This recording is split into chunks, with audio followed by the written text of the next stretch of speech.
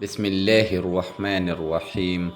کیا آپ یقین کریں گے کہ ایک ایسا شخص جس نے ایک دو نہیں بلکہ 100 قتل کیے تھے، آخر کار اللہ تعالیٰ نے اسے معاف فرما دیا۔ ذرا سوچے، 100 قتل، اتنا بڑا گناہ، اتنا بڑا جرم۔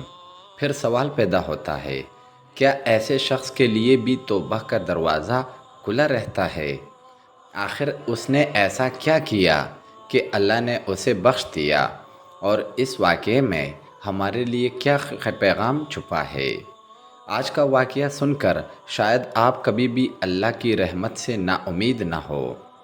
السلام علیکم ورحمۃ اللہ وبرکاتہ۔ ناظرین، آج ہم آپ کو ایک ایسا واقعہ بیان کریں گے جو سننے والے کے دل کو ہلا دیتا ہے۔ یہ واقعہ صرف ایک قصہ نہیں، یہ اللہ تعالیٰ کی رحمت، مغفرت اور امید کا ایسا درس ہے جو ہر گنہگار انسان کو سننا چاہیے۔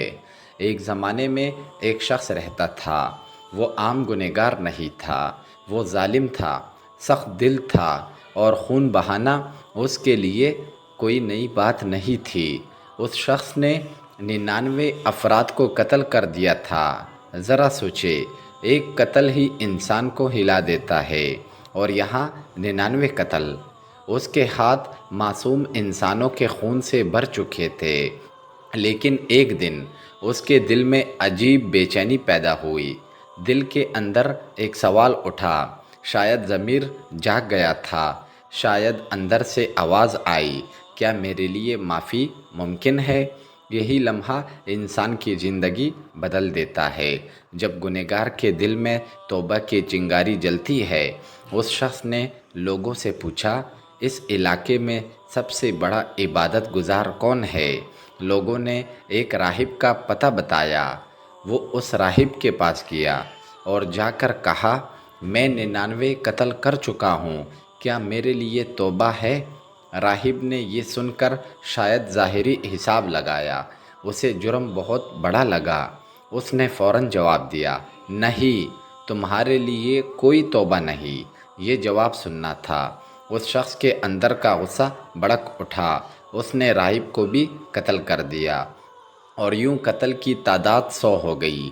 اب ذرا غور کرے، اس نے معافی مانگنے کے لیے قدم اٹھایا، لیکن غلط شخص سے سوال کر لیا۔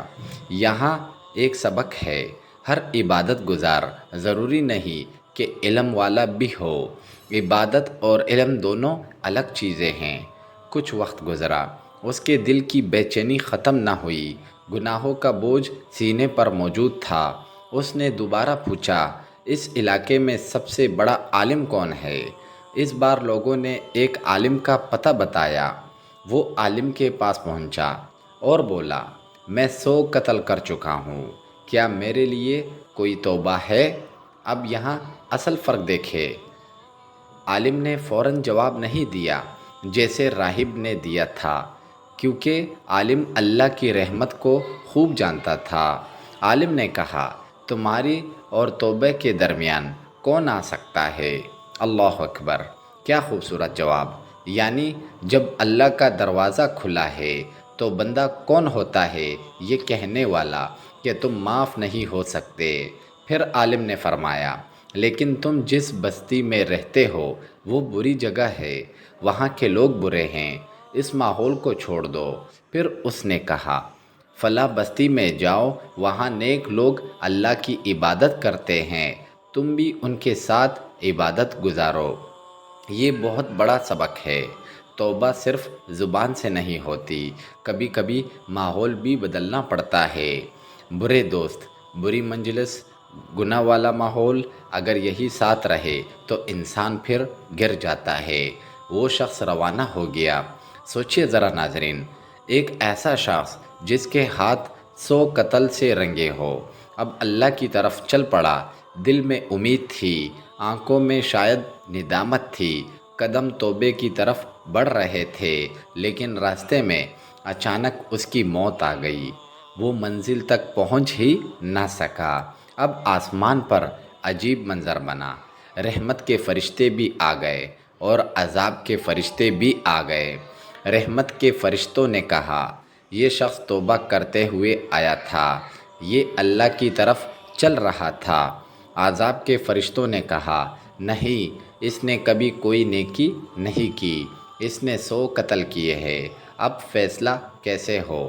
اللہ تعالیٰ نے ایک فرشتہ انسانی شکل میں فیصلہ کرنے کے لیے بھیجا۔ اس نے کہا، دونوں بستیوں کا فاصلہ ناپو، دیکھو یہ کس بستی کے زیادہ قریب ہے۔ اگر نیک لوگوں والی بستی کے قریب ہے تو رحمت، اگر پرانی گناہ والی بستی کے قریب ہوا تو عذاب۔ فاصلہ ناپا گیا، اور حیرت انگیز بات یہ ہے ناظرین، وہ شخص نیک بستی کے ایک بالشت قریب نکلا، صرف ایک بالشت، اور اللہ تعالیٰ نے اسے بخش دیا۔ اللہ اکبر۔ یہاں علماء کرام فرماتے ہیں کہ اللہ تعالیٰ نے زمین کو حکم دیا تھا کہ نیک بستی کو قریب اور بری بستی کو دور کر دیا جائے۔ کیوں؟ کیونکہ اللہ اپنے بندے کی سچی توبہ دیکھ چکا تھا۔ پیارے بھائیوں اور بہنوں، اس واقعے میں بہت بڑے سبق ہے۔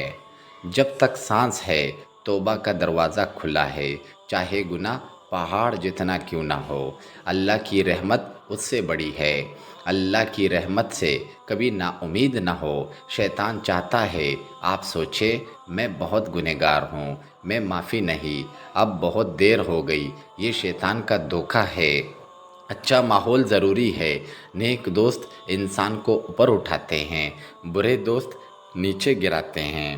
اب ذرا اپنے دل سے سوال کرے، ہو سکتا ہے آپ نے قتل نہ کیا ہو، لیکن نمازیں چھوڑی ہو، جھوٹ بولا ہو، دل توڑا ہو، گناہوں میں پڑے ہو۔ اگر 100 قتل کرنے والے کی توبہ قبول ہو سکتی ہے تو آپ کی کیوں نہیں؟ بس شرط ایک ہے، سچی توبہ، دل سے توبہ، دل سے ندامت، گناہ چھوڑنے کا ارادہ اور اللہ کی طرف واپسی۔ آج، ہاں آج، اسی وقت فیصلہ کرے۔ گناہ چھوڑنا ہے، اللہ کی طرف پلٹنا ہے، کیونکہ کسی کو نہیں معلوم اگلا لمحہ ملے گا یا نہیں۔ اللہ تعالیٰ ہمیں کبھی اپنی رحمت سے نا امید نہ ہونے دے، ہمارے چھوٹے بڑے تمام گناہ معاف فرمائے اور ہمیں سچی توبہ نصیب فرمائے۔ آمین یا رب العالمین۔ پیارے دوستو، امید کرتا ہوں ویڈیو اچھی لگی ہوگی تو شیئر کریں اور چینل ضرور سبسکرائب کریں۔